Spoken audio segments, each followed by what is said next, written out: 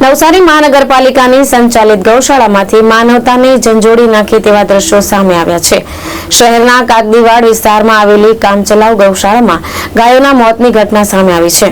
ઘાસચારા અને યોગ્ય દેખરેખના અભાવે ગાયોની હાલત બેહાલ બની હોવાનું સામે આવ્યું છે। આ ઘટનાનો એક વિડીયો સોશિયલ મીડિયા પર ઝડપથી વાયરલ થઈ રહ્યો છે, જેમાં મૃત ગાયના દેહને રખડતા કૂતરાઓ પીંખતા જોવા મળે છે।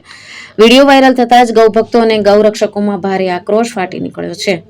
દુધિયા તળાવ પાસે આવેલી આ પાંજરાપોળમાં પશુઓને ખૂબ જ ઓછી જગ્યામાં રાખવામાં આવ્યા હોવાના આક્ષેપો કરવામાં આવી રહ્યા છે। ગૌરક્ષકોનો દાવો છે કે અહીં 150 થી વધુ ગાયોને પૂરતા ખોરાક અને પાણી વિના રાખવામાં આવી હતી। મામલો ગંભીર બનતા નવસારી મનપાના ડેપ્યુટી કમિશનરે તપાસના આદેશ આપ્યા છે।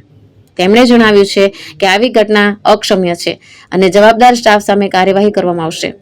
સાવચેતીના પગલા તરીકે ગાયોને નજીકની પાંજરાપોળમાં ખસેડવાની પ્રક્રિયા શરૂ કરવામાં આવી છે, જેમાં પ્રાથમિક તબક્કે કેટલીક ગાયોને સ્થળાંતરિત કરવામાં આવી છે। હવે સૌની નજર મનપાની કાર્યવાહીની દિશા પર મંડરાઈ રહી છે। ત્યારે અમુક લોકો અમને મળવા આવ્યા હતા કે મહાનગરપાલિકા દ્વારા જે ટેમ્પરરી પાંજરાપોળ બનાવેલો છે ત્યાંનો એક વિડીયો છે। અમે તપાસ કરાવી રહ્યા છે કે ક્યારનો વિડીયો છે, શું બનાવ બન્યો હતો। તપાસ પછી જે છે અમે આગળ કશું કહી શકાય। ગૌરક્ષકોએ પોલીસ ફરિયાદ કરવા માટેની પણ વાત કરી છે। અગાઉ પણ આ સંદર્ભે રજૂઆત કરવામાં આવી હતી કે પૂરતો ઘાસચારો અને પાણીની વ્યવસ્થા અને સફાઈની વ્યવસ્થા નથી। ત્યારબાદ ફરી પાછો આ વિડીયો પ્રકાશિત થયો છે, તો વિશે શું કહેશો? જી, અમે એવું છે કે ઇન્સિડન્ટ બન્યો છે, આની તપાસ કરાવી છે, આ જુદી વસ્તુ છે। તેમ છતાં લગભગ 200 થી વધારે ગાયો અહીંયા રહે છે અને બધી ગાયોને પ્રોપર ફૂડ અને પાણી આપવામાં આવે છે ઓલરેડી।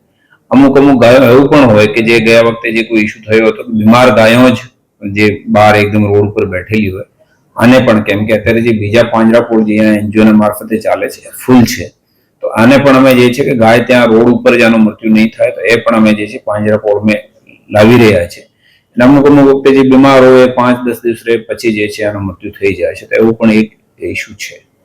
ટેમ્પરરી જે આપણે પાંજરાપોળ બનાવવાની જે તજવીજ હાથ ધરવામાં આવી હતી, છેલ્લા 4 વર્ષથી પેન્ડિંગમાં પડી છે, કારણ કે જગ્યા ફાળવવામાં આવી હતી એ જગ્યા પર તો નથી થયું, પણ જે ગૌસેવકો અને જે વન્ય પ્રાણી પ્રેમીઓ છે એમને દ્વારા રજૂઆત કરવામાં આવી હતી, એ જગ્યા આજે પણ ખાલી છે અને ત્યાં ઈઝીલી થઈ શકે એમ છે। નહીં, અત્યારે જે છે અમારે પાંજરાપોળની કામગીરી ઓલરેડી ચાલી રહી છે અને લગભગ ફરવરીના અંત સુધીમાં જે છે બની પણ જશે।